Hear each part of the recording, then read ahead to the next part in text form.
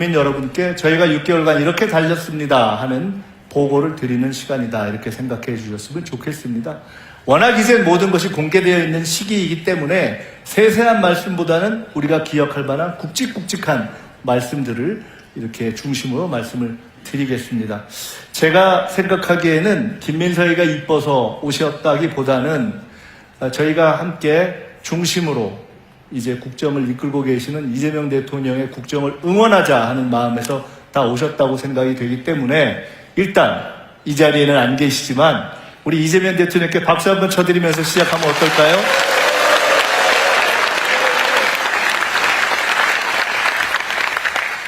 우선 간단하게 이야기를 시작하기 전에 그냥 몇 가지 수치를 살펴보겠습니다.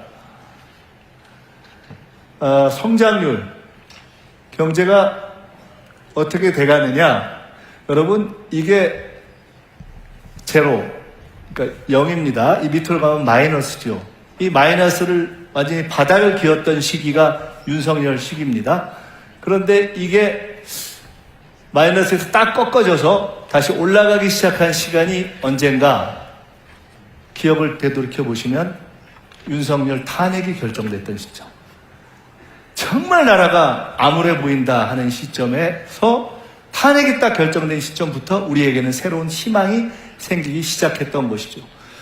경제에서 잠재 성장률이라는 게 있습니다. 쉽게 이야기한다면 내 체격에, 우리나라 체격에, 지금 정도의 키에, 지금 정도의 펀치력을 가지고 우리가 정상적으로 뛰면 어느 정도 펀치를 날릴 수 있겠느냐, 어느 정도 체력을 발휘할 수 있겠느냐, 그것을 한국 경제가 지금 기본을 가지면 발휘할 수 있는 성장률이라고 해서 흔히 잠재 성장률 이렇게 이야기하죠. 근데 사실 지금 대한민국은 우리의 기본 체력에 맞는 잠재 성장률도 발휘하지 못했다. 우리가 생각하는 잠재 성장률, 일반적으로 경제학자들이 이야기하는 잠재 성장률이 대략 1.8에서 2 정도라고들 이야기를 합니다. 마이너스로 갔던 한국 경제가 회복되기 시작해서 이제 경제학자들이 혹은 한은에서 혹은 IMF에서 분석하고 전망하기를 내년에는 1.8, 이제 우리는 우리 키와 우리 체격과 우리 체중에 맞는 정도로 뛸 수 있는 정도로 회복될 것 같다. 조금 더 긍정적으로 보는 분들은 저게 한 2까지도 갈 수 있겠다, 이렇게 분석을 하고 있는, 종합적으로 얘기하면 우리는 이제 적어도 수치상으로는 반등을 시작한 거죠. 이것은 소비심리입니다. 100이 가운데입니다. 100보다 낮으면 야, 이거 영 아닌 것 같아. 100보다 높으면 좀 괜찮아질 것 같아. 경제학자들한테 여쭤보니까 6가지의 변수를 종합해서 소비심리를 종합한다고 하더라고요. 내가 더 쓸 것 같아. 남이 더 쓸 것 같아. 경제가 어떻게 될 것 같아. 이것이 종합돼서 지금은 최초로 소비심리가 지난 몇 달간 쭉 올라와서 110대까지 올라와 있습니다. 코스피 추이는 사실 더 말씀드리지 않아도 될 것 같습니다. 윤석열 정부 시기에 2000대에서 그냥 왔다 갔다 횡보를 하고 버벅거리던 것이 우리가 지난 대선 때 기억하시면 5천을 목표로 하겠다, 중장기 목표로 하겠다고 했을 때 많은 언론인, 특히나 야당 등에서는 비판을 넘어 비난까지 했었는데 지금 이미 우리는 4천대를 넘어서서 있습니다. 이 지금 쭉 올라갔다가 조정기간을 거쳤는데 제가 바로 직전 어제까지 이거를 이 업데이트, 가장 최근 것까지 반영한 것입니다. 4020. 물론 어려운 점들이 남아 있습니다. 최근 우리 모두가 걱정하는 환율 문제가 남아 있고 특히 수도권에 있어서의 문제가 있는 부동산 문제 등이 있지만, 그러나 누구도 부인할 수 없는 것은 전체적인 경제에 있어서의 큰 흐름은 반등되기 시작했다. 경제가 심리라고 하면 결국 가장 본질적인 문제로서 이재명 정부에서 경제가 살아날 수 있을 것 같다, 살려야 되겠다라는 국민들의 마음의 합이 시작된 것이죠. 지난 6개월 동안에 국정에 가장 큰 에너지를 쏟고 국민들이 가장 걱정했던 것은 무엇이냐? 한미관계입니다. 그 중에서도 한미관세 협상이죠. 정부를 시작하는 시점에 제가 대통령님과 말씀을 나누다가 이런 말씀을 서로 나눴던 기억이 납니다. 어느 정도 기간 대통령님 오직 이거에만 집중하십시오. 나머지 소소한 거는 그냥 심부름 제가 하겠습니다. 한미 관세 협상이 돌이켜보시면 지금은 그래도 일단 났기 때문에 조금 났지만 얼마나 불안했습니까? 경제를 하는 분들이 다 도대체 이게 관세가 어떻게 되는 거냐? 끝나긴 끝날 거냐? 그런 시간이 있었죠. 거기에 사실 대통령이 누구도 해줄 수 없는 가장 본질적인 대통령의 일은 외교와 안보인데 지금은 경제전쟁의 시대이기 때문에 가장 어려운 문제인 사실은 안보 문제와 경제 문제가 다 얽혀있는 한미 관세 협상이 우리 국가와 국민 모두의 운명에 달리는 가장 큰 일이었죠.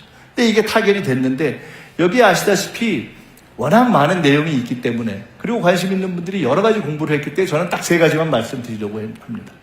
첫째는 상업적으로 합리적인 투자만을 한다. 상업적 합리성입니다.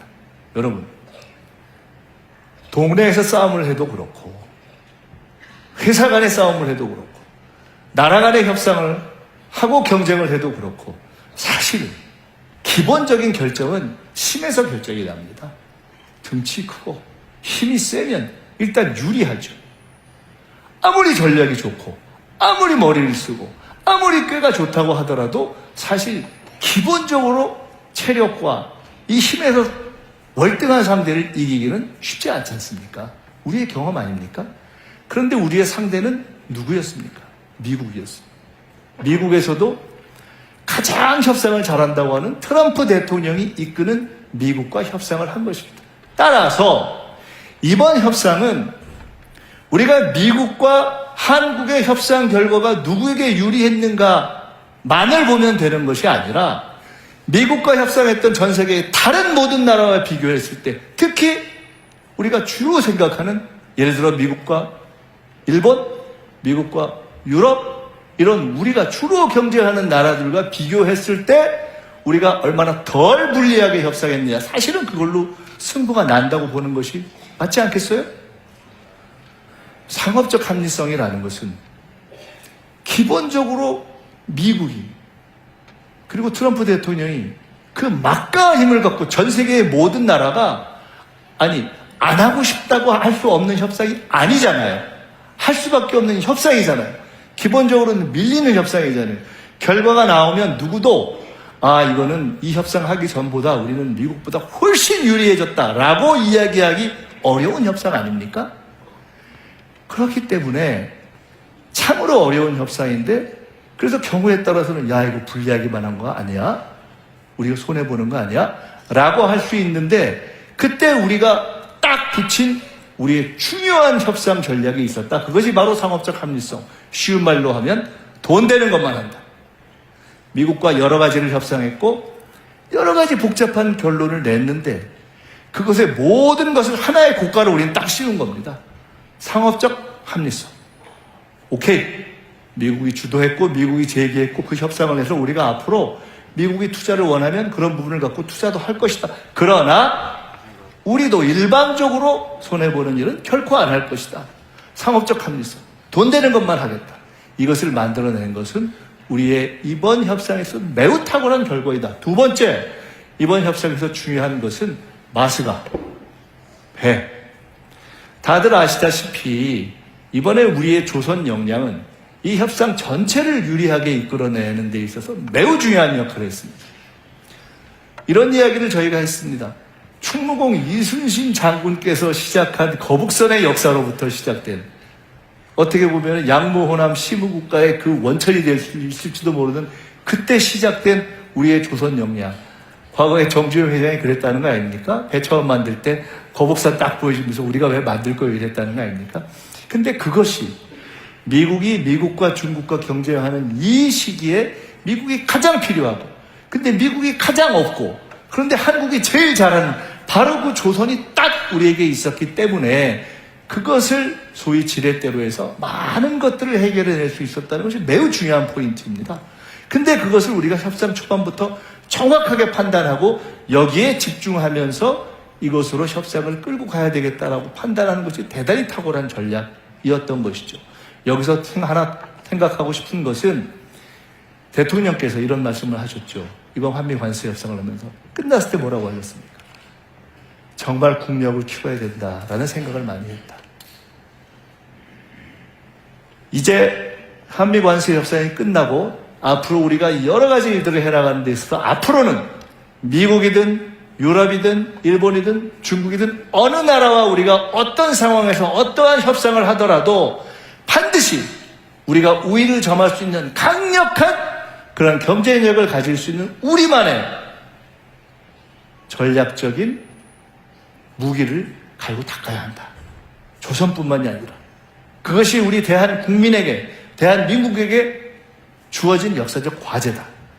그런 무기들을 여러 개 가지고 있어야 우리는 당당하게 갈 수 있다. 이것이 두 번째 교훈이라고 생각합니다. 세 번째, 시간입니다. 저는요, 이번 협상을 시작할 때 대통령께서 이 말씀을 몇 번 하셨는데 이게 그렇게 중요한 것일까라고 사실 처음에 느끼지 못했습니다. 저뿐만 아니라 바로 이 전남 출신의 김용범 정책실장, 광주 출신의 김정관 산업부 장관, 이런 분들이 이번에 정말 탁월한 협상을 했거든요. 끈질긴 협상을 했거든요. 미국 사람들도 놀랄 만큼의 지혜를 발휘했거든요. 근데 그분들이 다 하나같이 하는 얘기가 있습니다. 대통령이 처음 시작할 때 결코 시간에 쫓기지 말아라.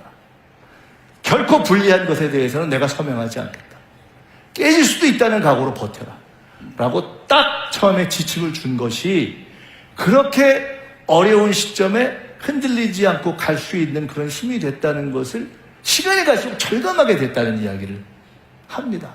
우리 박지원 원장님 여기 계십니다마는 국제적인 협상, 특히 미국과의 관계에 있어서 여러 가지를 하면서 해방 후에 우리가 사실은 미국이 그래도 뭘 하자고 하는데 다 그거를 우리가 버티면서 시간을 끌고 경우에 따라서는 안 할 수도 있다, 깨질 수도 있다라는 각오로 시간을 버티는 것은 실은 쉽지 않습니다.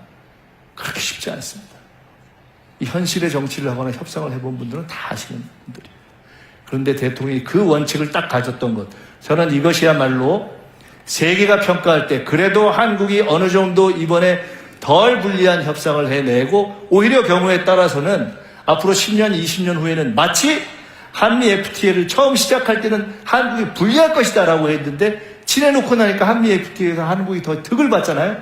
그런 것처럼 이번 관세 협상의 결과 10년, 20년 후에는 어쩌면 한국이 미국조차도 결코 함부로 할 수 없는 그러한 강력한 경쟁력을 가진 나라로 가는 데 있어서의 그 기반을 쌓은 최대의 대전략이자 대원칙은 저는 대통령이 실무자들에게, 책임자들에게 딱 원칙적 지침을 준 것, 그것이 가장 큰 것이었다, 이렇게 말씀드립니다.